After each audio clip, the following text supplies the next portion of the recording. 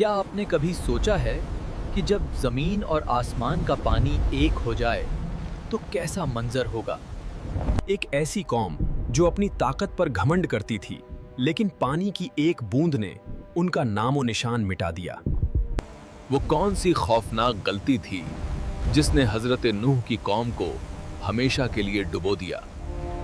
ایک باپ کشتی سے اپنے بیٹے کو پکارتا رہا، لیکن تکبر نے بیٹے کو ڈوبنے سے نہیں بچایا۔ السلام علیکم۔ قرآن مجید میں اللہ نے پچھلی قوموں کے قصے صرف کہانی کے طور پر نہیں بلکہ عبرت کے لیے سنائے ہیں۔ حضرت آدم کے بعد صدیوں تک انسانیت ایک اللہ کو مانتی رہی، سب کچھ ٹھیک چل رہا تھا۔ پھر شیطان نے بہکایا، لوگوں نے اپنے نیک بزرگوں کی یاد میں مورتیاں بنا لیں۔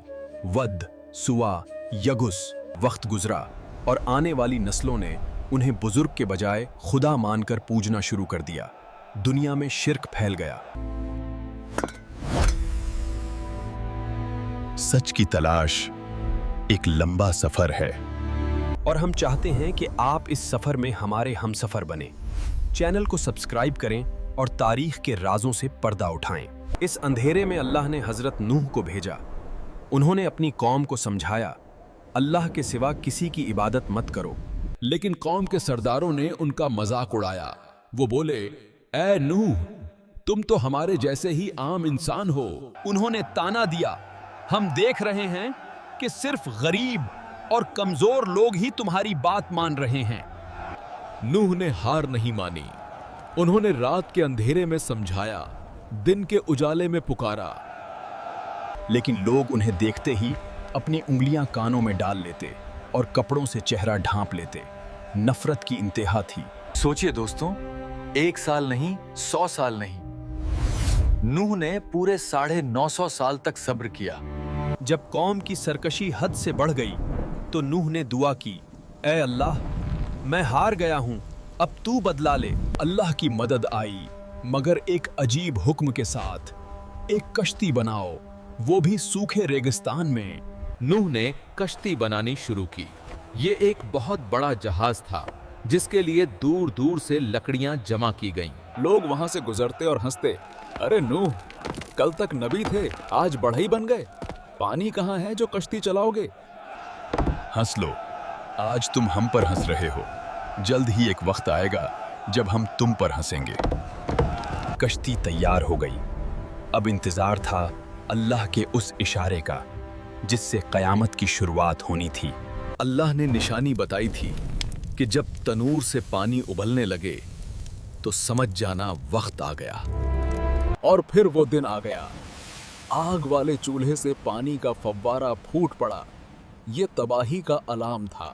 حکم ہوا، ہر جاندار کا ایک ایک جوڑا کشتی میں رکھ لو۔ جانور خود بوجود کشتی کی طرف آنے لگے۔ نوح اور ان پر ایمان لانے والے چند لوگ کشتی میں سوار ہو گئے۔ دروازہ بند ہونے والا تھا، لیکن نوح کی نظریں کسی کو ڈھونڈ رہی تھیں۔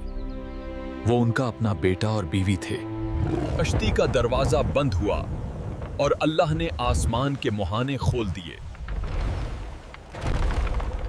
ایسی بارش جو نہ پہلے کبھی ہوئی تھی نہ کبھی ہوگی۔ موسلا دھار پانی برسنے لگا۔ صرف اوپر سے نہیں، زمین نے بھی اپنا پانی اگلنا شروع کر دیا۔ ہر طرف جل تھل ہو گیا۔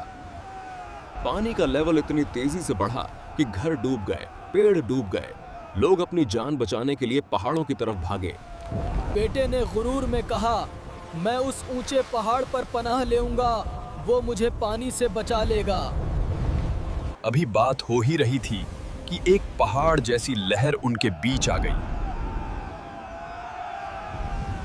اور نوح کا بیٹا اپنی آنکھوں کے سامنے ہمیشہ کے لیے ڈوب گیا۔ نبی کا بیٹا ہونا بھی اسے نہ بچا سکا۔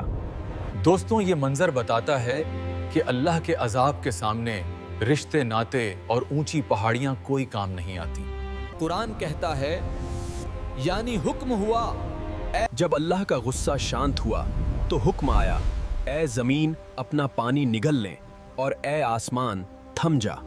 اور اے آسمان تھم جا۔